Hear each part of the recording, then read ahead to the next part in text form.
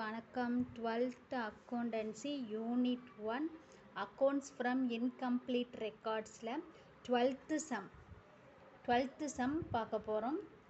From the following particulars prepare bills receivable amount and the compute the bills received from the debtors. என்ன கேட்டிருக்காங்க? Bills receivable amount கண்டுபிடிக்க சொல்லியிருக்காங்க. இந்த bills receivable amount கண்டுபிடிக்கிறதுக்குன்னு ஒரு format இருக்குது. ஏற்கனவே debtors total debtors account credit sales கண்டுபிடிக்கணும்னா என்ன போட்டோம்? டோட்டல் டெட்டாஸ் அக்கௌண்ட் போட்டு அதில் வர ஆன்சருக்கு நம்ம நேம் வந்து கிரெடிட் சேல்ஸ்ன்னு கொடுத்தோம். அதே மாதிரி இங்கே பில்ஸ் ரிசீவபிள் அமௌண்ட்டு கண்டுபிடிக்க சொல்லியிருக்காங்க. அதுக்கான ஃபார்மெட் இருக்குது. அந்த ஃபார்மெட் என்னன்னு ஃபஸ்ட்டு இந்த வீடியோவில் பார்ப்போம். நெக்ஸ்ட்டு 12th சம்மை நெக்ஸ்ட் வீடியோவில் பார்ப்போம். Format of bills receivable account. Particulars amount இது டெபிட் சைடு, இது கிரெடிட் சைடு.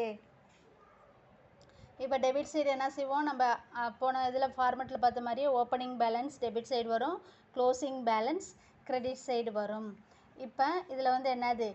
பை கேஷோ பேங்க்கோ வந்து பில்ஸ் ரிசீவபிள் ஆனது, ரிசீவபிள் ஆனதுனாலும் ரிசீவ்டு ஆனதுனாலும் ரிசீவ்டு வந்தாலே அதை என்ன செய்வோம்? டெபிட் சைடு போடுவோம்.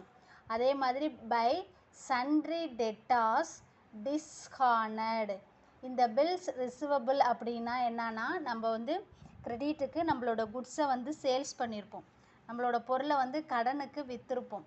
இப்போ அவங்க வந்து என்ன செய்வாங்க? இந்த டேட்டுக்குள்ளே நான் இந்த பொருளுக்கான பணத்தை கொடுத்துட்றேன் அப்படின்னு அவங்க ஒரு பில்லு ட்ரா பண்ணி கொடுப்பாங்க. அந்த பில்லு தான் நம்ம என்னது? அந்த பில்லு பணம் வந்து அந்த பில்லுக்கான பணம் அந்த 3 மந்த் டேட்டுக்குள்ளே கொடுத்துட்டாங்கன்னா அந்த பில்ஸ் வந்து ரிசீவபிள். இப்போ வந்து ஜனவரி 1 வந்து ஒரு பொருள் வாங்கியிருக்காங்க. அவங்க என்ன சொல்லுவாங்க? மார்ச் 30க்குள்ளே அந்த பொருளுக்கான பணத்தை கொடுத்துறேன் அப்படின்னு ஒரு பில்லை வந்து ட்ரா பண்ணி கொடுப்பாங்க. இப்போ அந்த மார்ச் 30க்குள்ளே அந்த பில்லு வந்து அந்த பில்லுக்கான அமௌண்ட்டு கொடுக்காம ஒரு தள்ளி போச்சு அப்படின்னா தான் அது பில்ஸ் ரிசீவபிள் டிஸ்ஹானர்ட் போட்டாச்சு. அப்போ அதே மாதிரி க்ளோசிங் பேலன்ஸ் போட்டாச்சு. இந்த சைடு வர அமௌண்ட்லாம் டோட்டல் பண்ணி வர்றதுக்கான ஆன்சர் வந்து to sundry debtors. Bills receivable received during the year. அந்த இயரில் நம்ம பில்ஸ் வந்து எவ்வளோ வந்து ரிசீவ் ஆகிருக்கு அப்படிங்கிறத கண்டுபிடிக்கிறது தான் இந்த பில்ஸ் ரிசீவபிள் அக்கௌண்ட். நம்ம கடனுக்கு கொடுத்த பொருள் வந்து எவ்வளோ ரிசீவ் ஆகிருக்கு அப்படிங்கிறத கண்டுபிடிக்கிறது தான் இந்த பில்ஸ் ரிசீவபிள் அக்கௌண்ட். இதுதான் ஃபார்மெட்டு. என்னது? ஃபஸ்ட்டு ஓப்பனிங் பேலன்ஸ் வந்து பேலன்ஸ் பி/டி ஓப்பனிங் பேலன்ஸை இங்கே போட்டுக்குவோம், க்ளோசிங் பேலன்ஸை இங்கே போட்டுருவோம்.